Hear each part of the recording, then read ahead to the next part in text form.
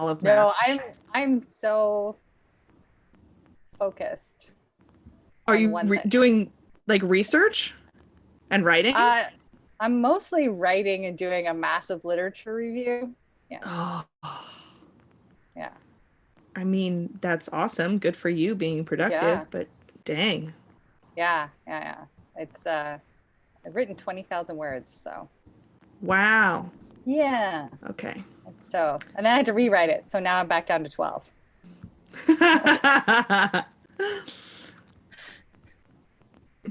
Alrighty. Well, I forgot to put it in gallery view, but Hey, that's okay. And posting the links.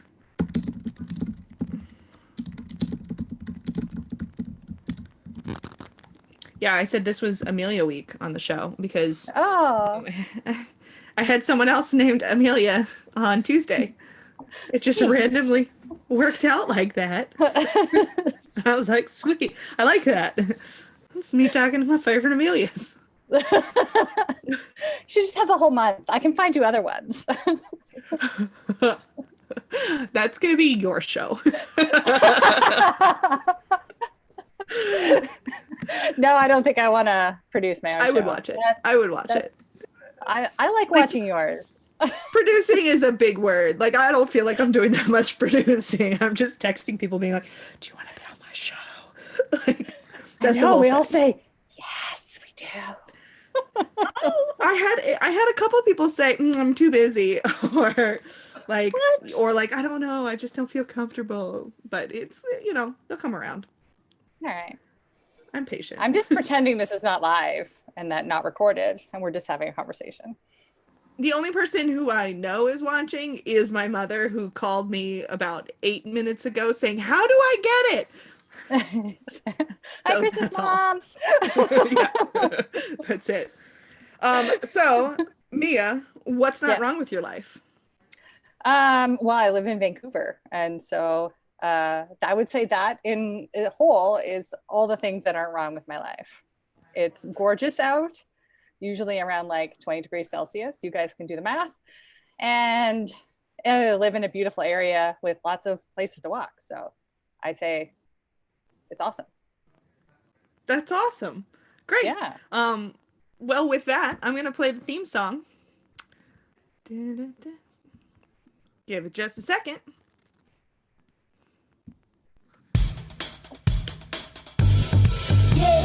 Welcome to Krista's new talk show.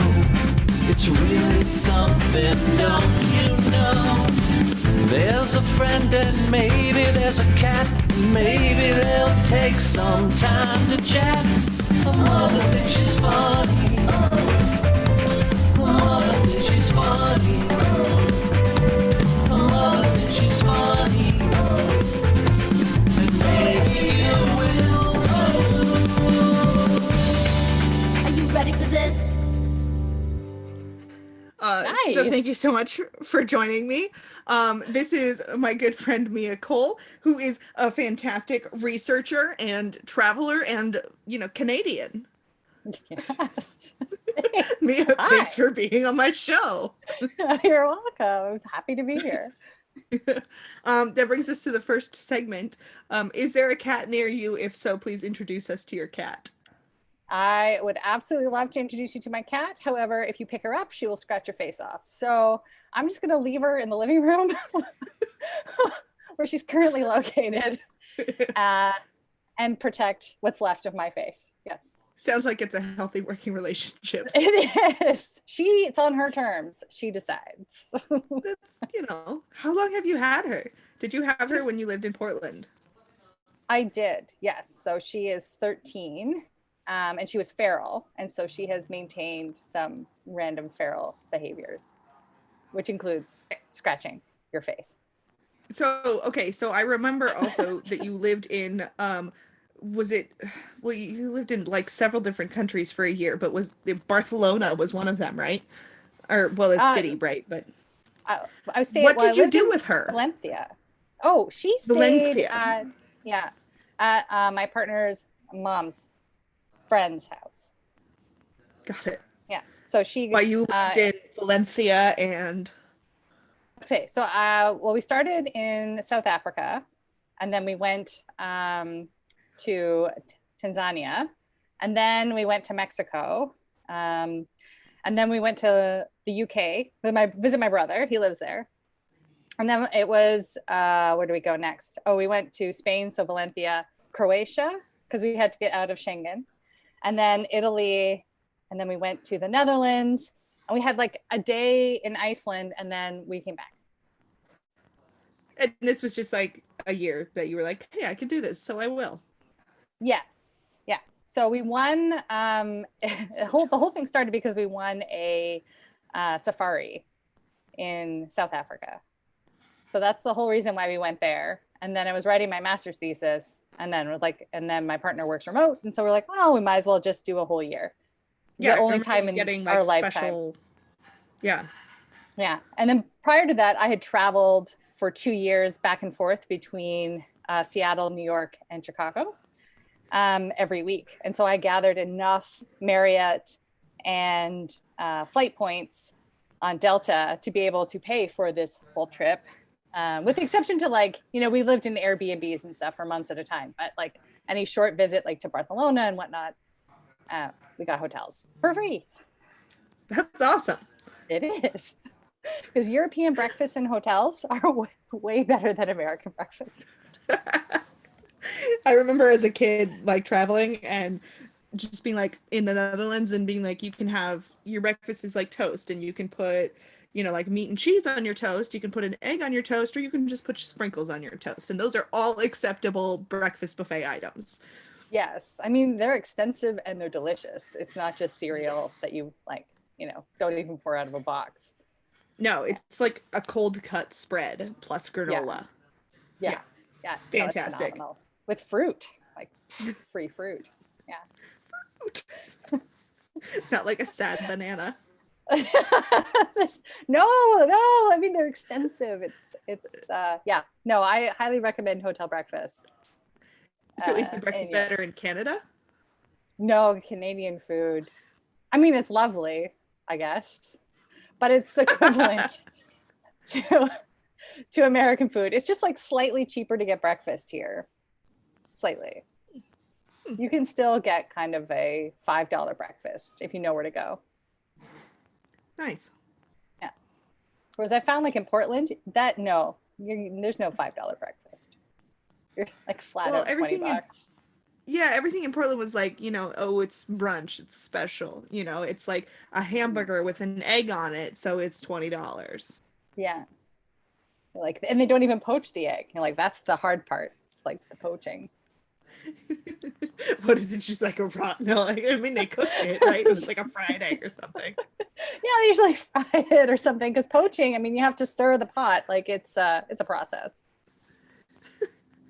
So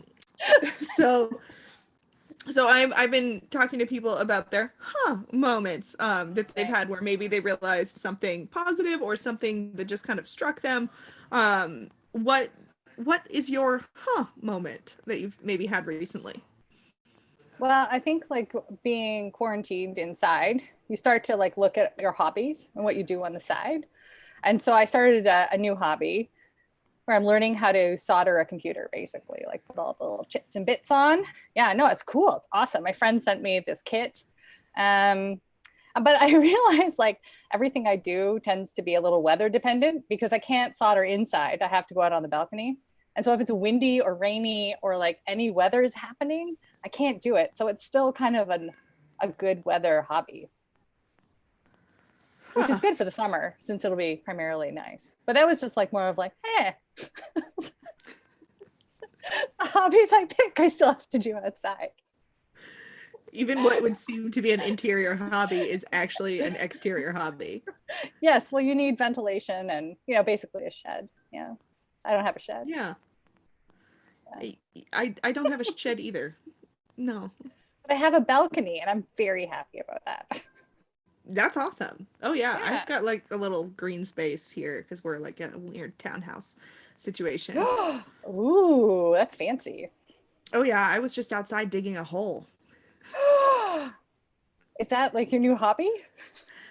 I mean, I've taken on a gardening project. I'm gonna like put pavers down, but I'm not gonna just like Ooh. haphazardly put pavers down. I'm gonna like I like was digging up the sod and I'm gonna do it right. You know? Wow. That's cool. Yeah. Awesome. So what's your inspiration for this I'm garden? gonna put a big fabric pot with a tree in it on top of it. A tree in your yard with some Well, pavers. in a pot. Like it's gonna be I have a big fabric pot. It's 24 inches, and I'm gonna get some sort of something, some kind of tree or something. I'm gonna put it on those pavers. Huh. Cool. Are you gonna get like? Do you have any parameters for your tree? Like a good smelling tree, or a tall tree, or a low I don't maintenance think tree? it can be too big, right? Because it's in a fabric pot, so I think it's got to be a dwarf something. But like flowers are pretty. I'd love to do a lemon tree, but I'd have to bring that in winter, which you can't Yeah. do if you have a fabric pot because when you water it, it goes. Yeah. What about one of those like not lemon, like lemon trees, but they have these lemon shrubs that smell like lemon. I'm gonna So you put still one of can those in have the the back. lemon scented tree. I'm gonna which put one makes of those it in an herb pot. Yeah. nice. Yes. Um, I like your new hobby. thanks. My new hobby is dig a hole. For a second, I was worried. Like I was really worried for a second that maybe I found a body because like I dug up first like a brick and then that like plastic sheeting, and I was like, uh-oh. Well, I did bury my cat once in a friend's yard. So, I mean, it is possible. I mean, the cat was cremated, like the whole thing, the box with the ashes I buried in the backyard. So it's possible to dig up something unexpected. I mean, it's right next to the front steps, so I doubt it. But like, you know, in the meantime, I came inside and Matt was like, "Oh yeah, I talked to the neighbor and the people that lived here before. They had a son who disappeared," and I was like, "What?"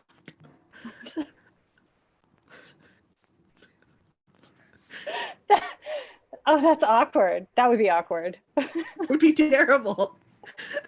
And especially like right now, can you imagine like calling the police over and like having to explain this while wearing a mask and like they're right there and like there's a big hole you were digging and I don't know. No, yeah, no, that sounds awful. That sounds awful. Did you buy the place or are you renting? No, just renting. Okay, we'll see that's good because then you don't have to claim there was a dead body or a murder at the place because so that's good. So good for renting. If I do find a body, it's rent.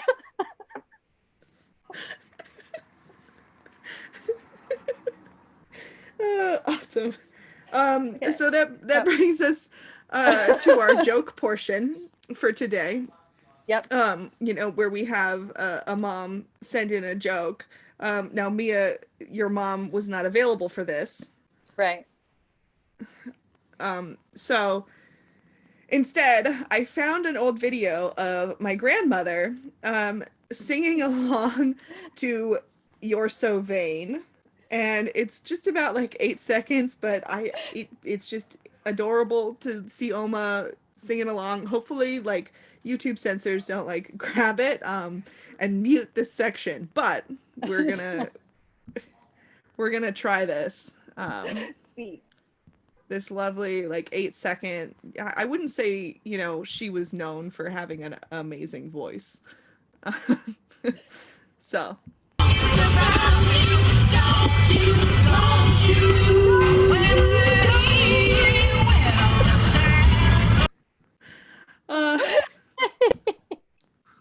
that's fantastic. So that's it. It's just that little don't you that she was doing during the choruses that I had to capture. That's perfect. Yeah. So I thought I would share that as our mom joke moment. Now that brings to the question, you know, a lot of time I talk to comedians because I know a lot of comedians. You are not a comedian, but no. And I would argue that you were funny. The least funny. No, I am the least funny person. I I think like the times that I'm most funny are the times I'm being serious and people are all laughing at the fact that I'm being serious with the thing that I'm saying. So that is the only time that That's like people what think I'm funny. that's like what comedy, I think is and should be. Like, I kind of don't think anything should really be a comedy ever. Like a piece of writing, I'm like, no, this is a dramatic, serious. Like we watched Harvey, and we watched the play, which is arguably a comedy, has always been a comedy, and I was like, no, this is a serious, dramatic reading about women's lib. Sweet.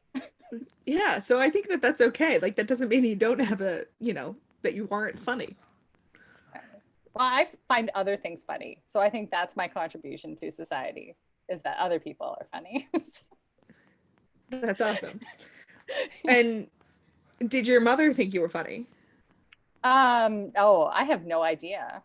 I mean, she left when I was 8. So I think, and she had some sort of mental illness. So she thought I was Jesus, which was weird because I was born on the resurrection.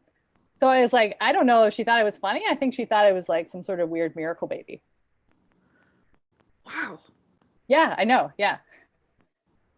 I want to ask more questions about that, but I don't know what.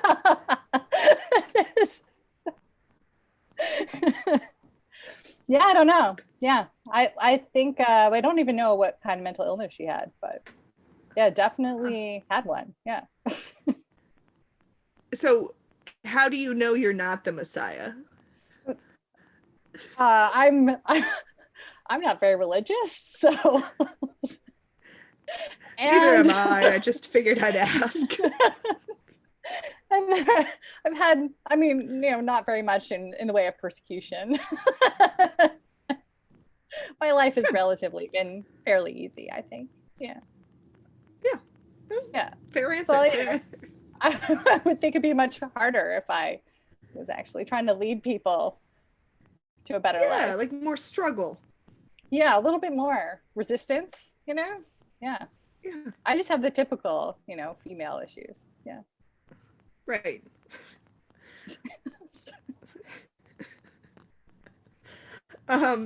So I do want to talk about your research because it's so interesting to me. Your PhD, right? I mean, we worked on projects occasionally together in grad school, but like what you're doing is like so cool because you're researching how search is a metacognitive function. Yeah. So, I mean, the whole goal really is kind of driven by the fact that like school really isn't a thing that I love. But I really love learning. And so I feel like the whole education and institutional way that we kind of approach learning isn't really given to the learners. And so I feel like, especially with like data and kind of everything is created outside of the learner, and the learner doesn't own or retain or keep any of their knowledge really. Like it's all part of the process that the education institution owns. And then I was like reading the Stevenson's Diamond Age book, and they have talked about this whole idea of like what they call the primer or the primer. And it grows up with this little girl. It has like all these social interactions and teaches her things, but are all context and authentic. And then I ran into this awesome theory called pedagogy. Like most of us have heard of pedagogy, which is like teaching kids. But pedagogy is all about this like thing about self-determined learning. And then I got hooked because it was just like this perfect like theory that kind of came about in 2000. So it's still considered new. That kind of aligned with the way that Neil Stevenson was kind of thinking about this like book that grows up with you. And it's a digital text. And then of course, because it's a PhD, I have to narrow it down to something like very specific. And so I'm like, well, what is like one of the first ways I can start to change how we think about like how we learn in education?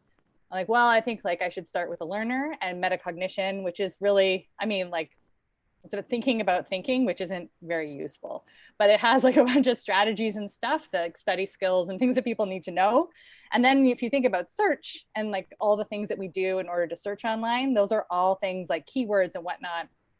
We have to think about the thing that we want to enter into the system, which ends up being a metacognitive activity. So that's how I kind of like ended up there. And then I'm thinking like at some point I'd really like to develop a whole solution where it's just search-based learning, where we search in order to learn, and we're not kind of driven by these like standard pathways that people give to people, students. Instead, like we create our own learning pathways, and that degrees may at some point shift and then kind of adopt kind of more learner-centric paths, so that we're not all just doing the same thing over and over again, like rubber stamped. Yeah. I feel like this ties into so many different awesome and interesting areas, you know, from the whole idea, which I did a little bit with my thesis about, you know, what knowledge is valuable. And then there's like the alternative ways of knowing, and like all kinds of, you know, accepting information that is coming from other sources that aren't like the traditional educational system. And like, you know, someone who can like bake bread or build a house or whatever, like maybe they don't have a degree, but they have learned these skills. And Yeah. so there's like all of these different things to tie into, but also I think it does tie into improv, and especially when we are thinking about applied improvisation and using improv as another one of those like different tools to help people like learn. And I'm just like, I'm so fascinated by the ramifications of that, and of, you know, not only applying it in an educational setting, but also for adult learning and like businesses who are trying to like make learning actually happen for employees who need to learn about, I don't know, cars. Right. So, sorry, my partner's talking to me. So I mean, that's the whole thing about like learning communities, right? So improv in a sense would be a learning community because you're actually learning a specific skill and its application. And so the way in which you approach how you teach improv, like people are essentially learning how to learn in a different way, which makes so much more sense because not everyone learns just from reading. So, I mean, that, yes, exactly the thing that you said. And I think businesses can appreciate it from so many different levels. I know because everyone is trying to be able to develop these lifelong learning capabilities, particularly in business, it's all about like, how do we create those communities and how do we teach them in ways that actually facilitate learning? So that will be my goal, is to understand like how search is like the small part of like the bit of it, and how that can be applied for people outside of education. Because every study in this domain so far that I've read is about like in a lab using experiment with students. Like, but that's not lifelong learning. Like that's formal education basically, or they do it just in like 30-minute session, which isn't learning. I mean, it is learning, but it's like short-term learning, and we're all going to remember things that we read 30 minutes ago for the most part. So yeah, because here we are, like we're using these new tools, whether it's like search or improv, right, to get across the learning. I think that they do really like tie into each other. And you know, anytime you want to use anybody in improv, you know, you let me know. For research purposes, we'll find somebody. Yeah, well, I'm at the point now where I'm just trying to figure out the methods and like the population and what domain I want to look at. So yeah, no, I'm excited. I think it's going to be cool. I'm a bit bummed with the whole pandemic because that like interrupts the whole field study thing. So, but it gives you more time for the literature review. Yes, it does. Which I'm rewriting, which is less fun to rewrite it. But I will get it done. It was fun writing it the first believe time. in you. I believe in you. Thanks. I feel like literature reviews start off terrible, then get really interesting, and then get terrible again. I like the short ones. Like this one, I literally wrote like 20,000 words, which equates to probably around 90 pages double spaced, which is really super long, and you lose your train of thought.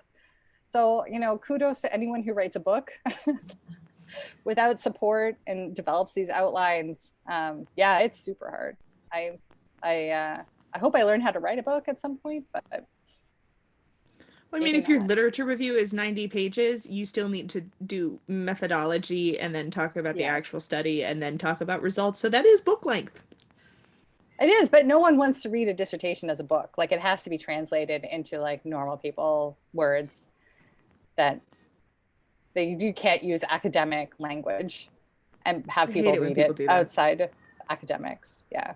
Because everything is defined, and it's defined in a way where it's like, here's the definition, here are examples, sort of thing. I think narrative storytelling is a bit different. And you can tell, I think, when people know how to write well. So I'm still learning how to do that. Well, that brings us to our final thing, which is the engage your impulses. And what have you been doing to engage your impulses? I talked about how I'm digging a hole, and that is engaging my impulses. So what are you doing to engage your impulses? Something random like caught your attention and then you just did it. I think like people just send me things. Like my friend John sent me a computer kit, so I'm building a computer. I think it's really cool. I'm learning like retro computing because of him. I just like, those are just some random things that are happening that I think are kind of interesting. Like, it'd be cool to have a skill. I do want to build a robot. Like, this has been kind of a lifelong dream, is to build a robot, because part of the whole impetus is this whole idea of having this interactive learning companion. So at some point I'm like, we'll build the robot, but right now I just have to learn how to like do basic foundational things like solder bits and know what resistors are and mechanical and electrical engineering on the side, like just basics. I'm not gonna be an expert. Do you have like an image of the robot you want in your head? Well, I do. It's from, oh my gosh, the Totoro series, the Sip Ball? It's a little black piece of soot and it has eyes, but that's all it is. It's super cute. I have one somewhere. It's not around me at the moment, but I think essentially that, or if we get super cool, oh, hi kitty, being able to somehow change how we interface with it so that we can custom create it ourselves using hands, but not like programming it, like making it a little more malleable and simple for a person to be able to shape their own learning companion. That's so cool. Like a moldable robot. Yeah. What would you call this thing? Oh, I'm terrible at naming things. No one should ever have me name anything ever. Okay. All right. Well, we'll come up with a name for you and we'll give it to you. Awesome. It's a learning companion. Like Neil Stevenson, just like he named things like purple, right? Like the names that he gives his like learning companions are terrible. So anyone wants to come up with like with names for things.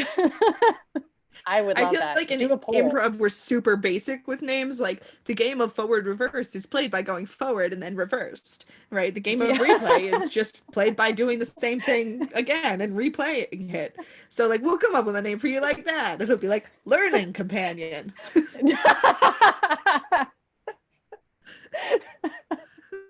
Called Loki. There we go. yeah. I love it. Well, with that, I'm going to play the outro. Okay. And we can just be like so excited that you were on the show and we got to talk. Yeah. So Mia, thank you so much for joining me. I hope that you enjoy the Vancouver weather and your balcony.